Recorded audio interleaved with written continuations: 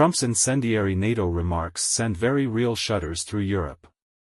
Remarks by Donald Trump normally reverberate in an echo chamber of his own creation, a sort of vacuum that often strips them of any consequence globally.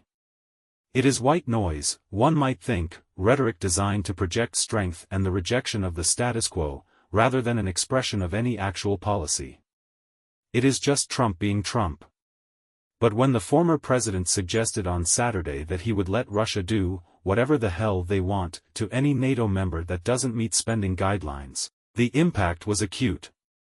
He recalled what he said was a conversation with a large NATO ally. It was unclear who he was referring to or when the conversation took place, which, according to his telling, had declined to spend the 2% recommended equivalent of their GDP on defense, but nevertheless wanted assurances from the US that they would be protected if Russia attacked.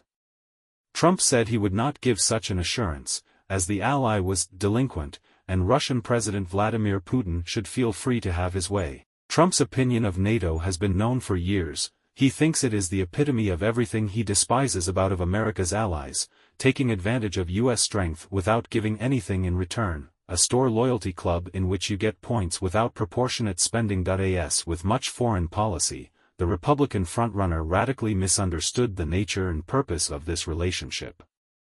NATO is not an alliance based on dues.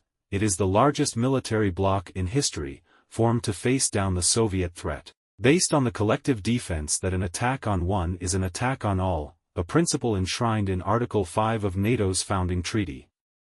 Its purpose which suits the U.S. profoundly, the White House invoked Article 5 after September 11. And since NATO's creation, U.S. might has been often packaged globally as the expression of a dozen-strong consensus. NATO helps bolster the U.S.'s ebbing position as the sole hyperpower. Strip away this vast alliance, and its diplomatic and economic might, and the U.S. looks quite lonely on the world stage. In short, the U.S. will almost certainly always spend much more than anyone else on its military, regardless of its allies.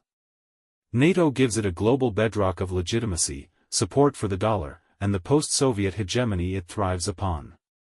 Saturday's misunderstanding considered, Trump's comments come at a devastatingly bad time for Europe.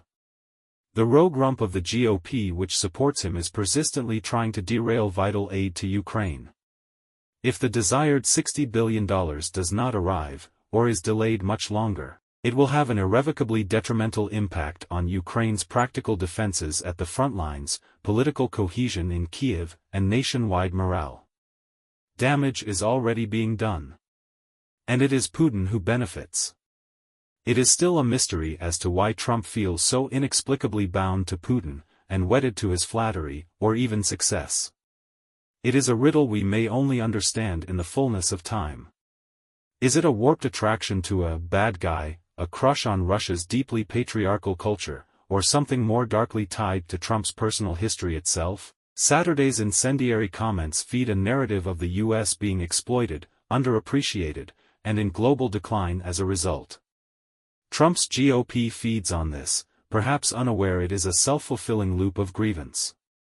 The more the U.S. bemoans its allies and their miserly neglect of NATO, and withdraw from it, the less powerful it is. The insufferably softball Putin interview by former Fox News host Tucker Carlson fomented the projection of weakness. It was an easy, open ear for the Kremlin head's frail arguments of persecution and laughable historical justification for invading a weaker, non-threatening neighbor. The platform signaled parts of America want to listen to Putin's nonsense, and enabled them to do so. It heralded the likely stark change in relations with Russia of a Trump's second term. While the real-world impact of Trump's comments are not yet clear, they could be catastrophic. European security hinges on Ukraine's success, or at the very least its ability to hold back and weaken Russia's continuing assaults. If Moscow prevails, it could take years. In the meantime, Putin has now managed to refocus his economy and society for wartime, and might find it anathema to his grip on power to stop the drums of conflict beating. Russian advances in Zaporizhia could lead to movement into Kherson, then Mykolaiv, and Odessa, putting Putin on the doorstep of NATO's Romania.